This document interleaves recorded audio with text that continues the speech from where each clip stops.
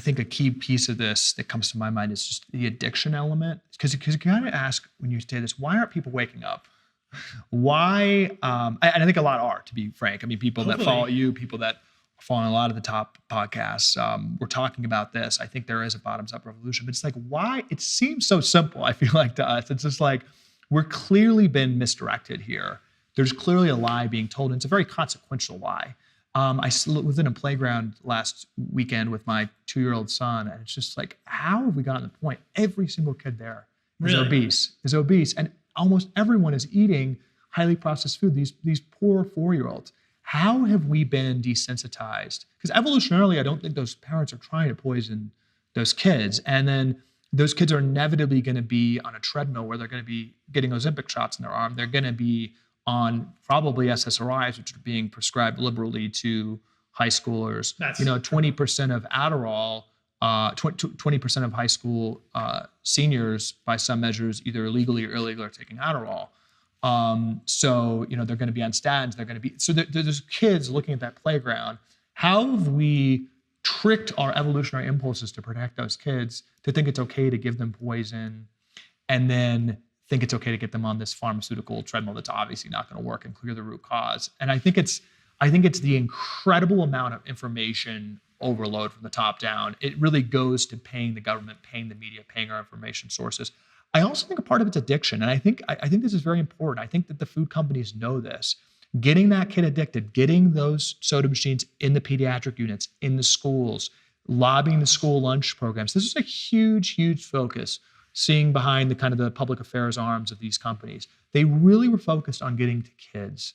The Coca-Cola lobbies, the FTC, the Federal Trade Commission, aggressively, tens of millions of dollars to make sure that food ads they're the top spenders on Nickelodeon, food companies. That should be illegal. Food companies. You watch YouTube for kids, it's all processed food companies. So these companies are like chief funders of children, and it's really an all-out force. So then you have kids addicted. You look at a kid's brain on sugar, high fructose corn syrup, it's indistinguishable from looking at a drug addict who's an adult. The dopamine reward centers light up in the same way. So you have the situation where kids are out of control if they're not getting their fix of food. And you hear this from parents all the time. I really have sympathy for parents because they're literally dealing with drug addicts. We've been completely let down. So at daycares, at a fancy daycare here in Arizona, walk in with my son, they're giving 1-year-olds graham crackers with seed oils and sugar and processed grains. They're giving them Fig Newtons. They're giving them literally candy. The entire daycare was full of candy during Halloween for 1-year-olds, with Milky Ways all over the place. I think it's actually, and it's like, how is this genocidal behavior happening across the board? And I think it's because literally parents don't have any other way to deal with addicted little kids. So that's clearly, right? And this is a big message, and we're all trying to bring, that's the problem. The problem isn't that these kids don't have Ozempic. Yeah. And it's just like, that's going to be a painful unwinding because the healthcare system is so large and powerful and so many people are employed by it. But we're going to have to reckon with this unless we think that we're going to drug our way out of the situation.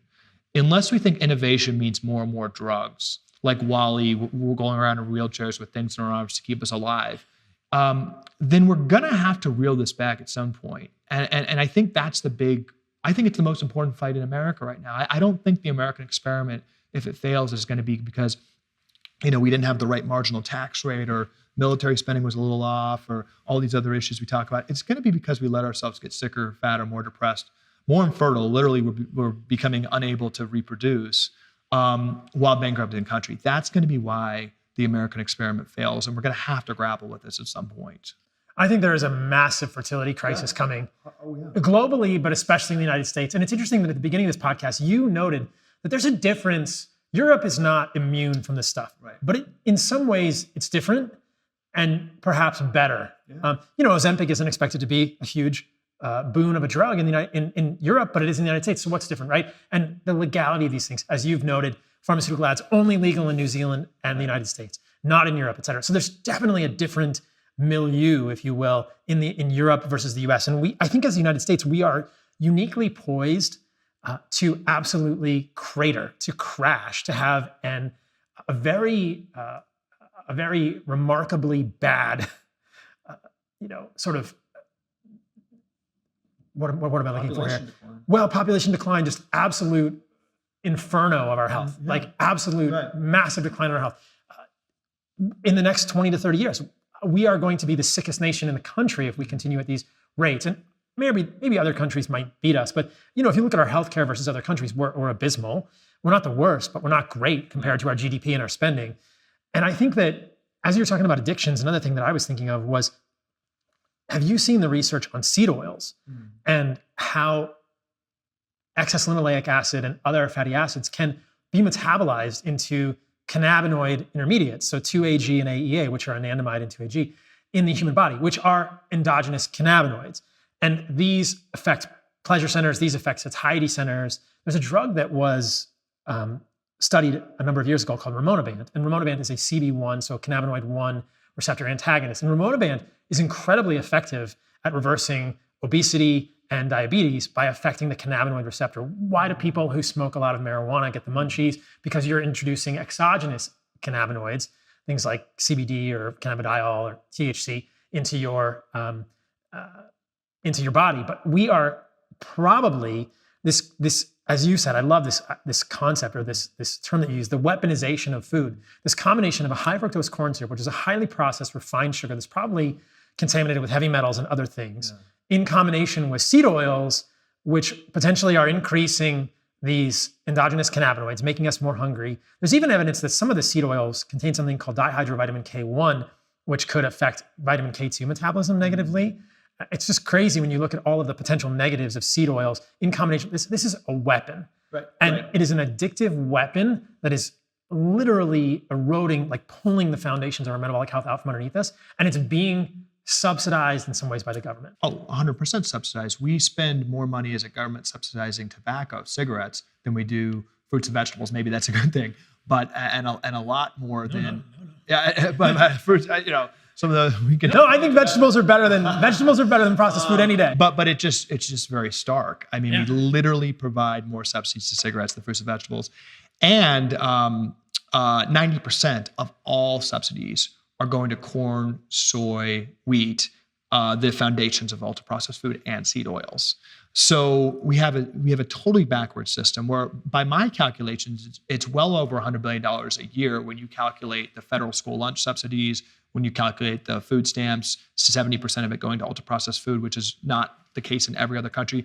If you're going to have a program of lower income nutrition, you should absolutely be not putting addictive, harmful, deadly products on that registry. I'm a libertarian. I think most things should be legal. I'm not calling for a ban of Coke or any such thing, but it is public policy insanity to fund that with our government dollars for lower income people, this addictive, non-nutritious thing. So we're absolutely funding these things. To your point about Europe and infertility, I think that's important to point out. We've unfortunately exported our diet.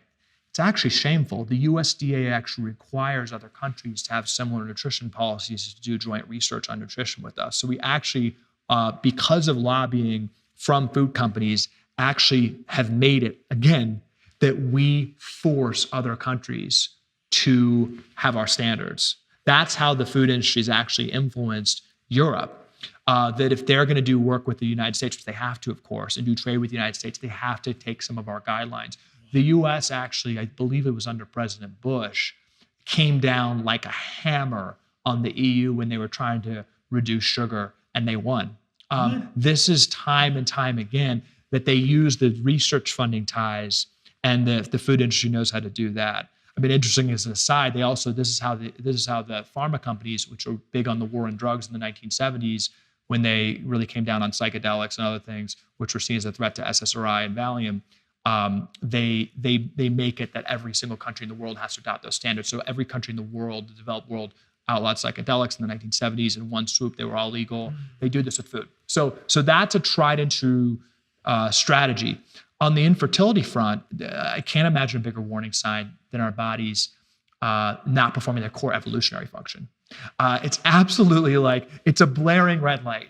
And you look at the statistics, it's actually staggering. I couldn't believe it, right? But gestational diabetes is skyrocketing. Miscarriages are skyrocketing.